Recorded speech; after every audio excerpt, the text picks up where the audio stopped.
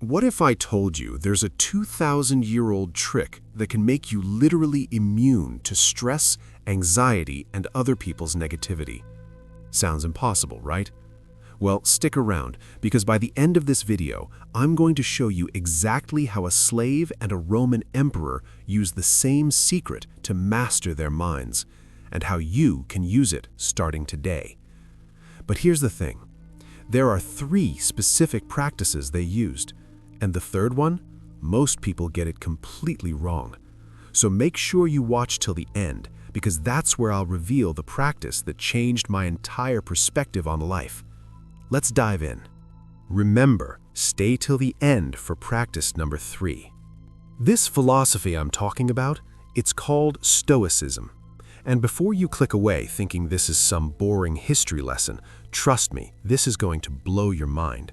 Stoicism was practiced by Marcus Aurelius, the most powerful man in the world at the time, ruling the entire Roman Empire. But it was also practiced by Epictetus, who was born as a slave. An emperor and a slave. Think about that. Same philosophy, same tools, same results. And if it worked for them in their extreme situations, imagine what it can do for your daily stress. Now, if you're someone who's tired of anxiety controlling your life, or if you want to finally stop caring what others think, tag that friend who needs to hear this, because what I'm about to share will change how they see everything. Okay, here's the first principle, and honestly, if you only learn one thing from this video, let it be this. Epictetus said, "Some things are within our control, and some things are not." Now pause. Before you say, "Duh, that's obvious," ask yourself this.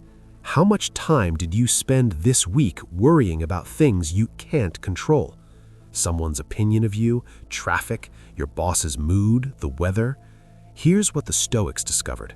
99% of our suffering comes from trying to control things we can't control. Let me break this down for you. You cannot control what people think about you, traffic, weather, delays, the past, it's done, how others treat you, the economy, politics, world events.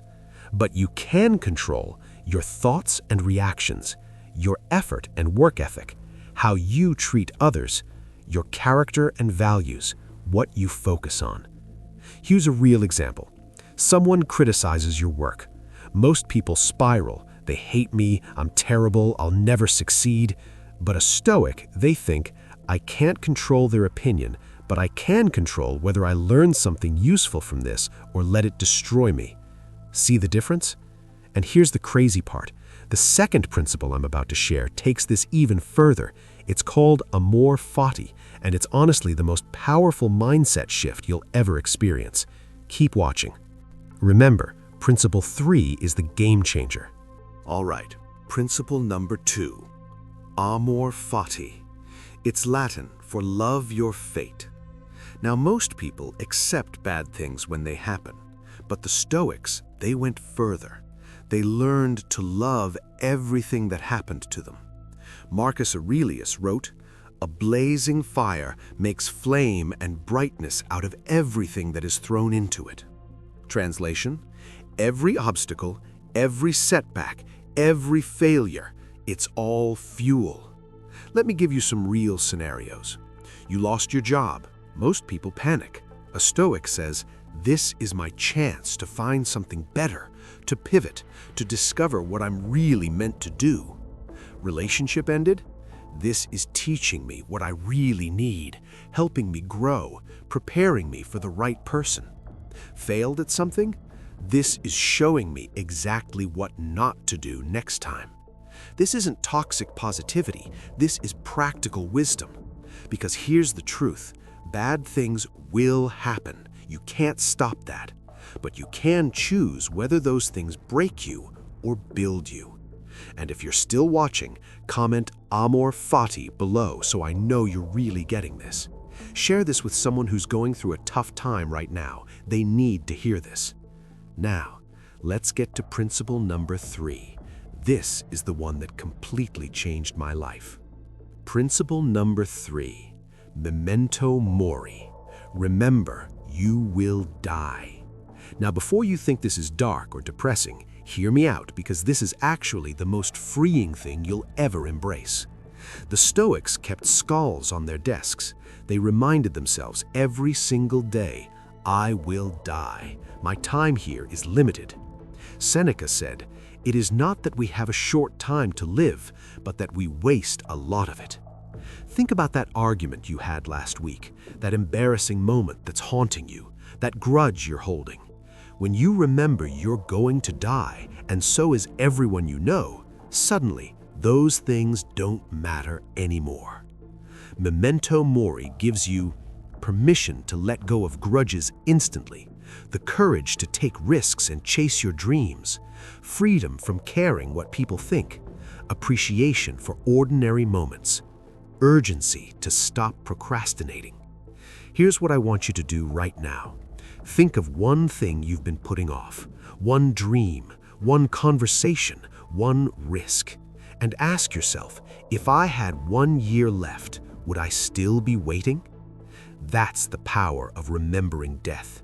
It doesn't make you sad, it makes you alive.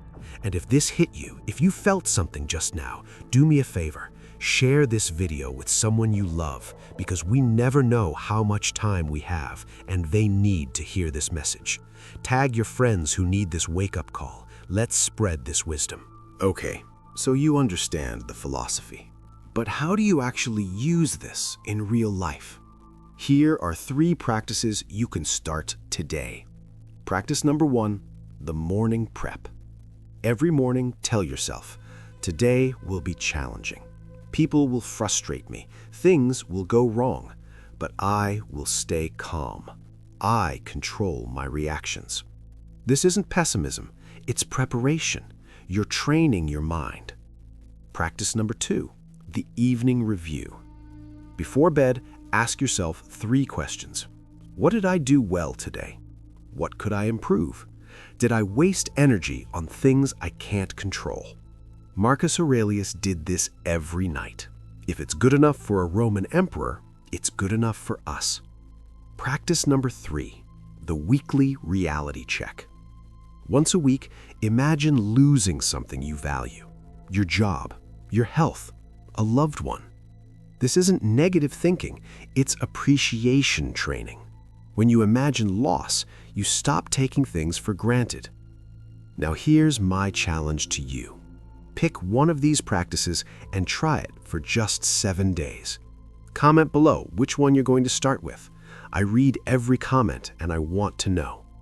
And if you found this valuable, hit that like button, subscribe for more content like this, and share it with someone who's struggling right now. Because Stoicism isn't just philosophy, it's a lifeline. Remember that stressed person from the beginning? The one stuck in traffic, phone blowing up, anxiety through the roof? That doesn't have to be you anymore. With these 3 principles, the Dichotomy of Control, Amor Fati, and Memento Mori, you have everything you need to handle whatever life throws at you. The Stoics weren't superhuman. They felt everything we feel. But they had a toolkit, a mental framework, a way to turn chaos into calm. And now, so do you.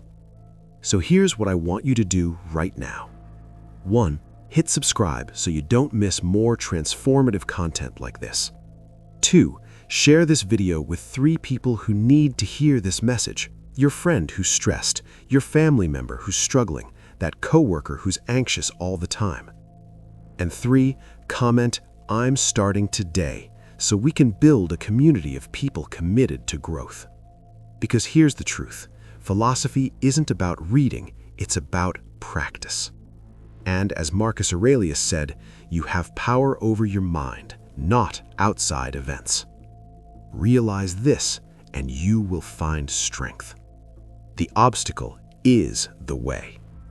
Now go out there and show life what you're made of. I'll see you in the next video.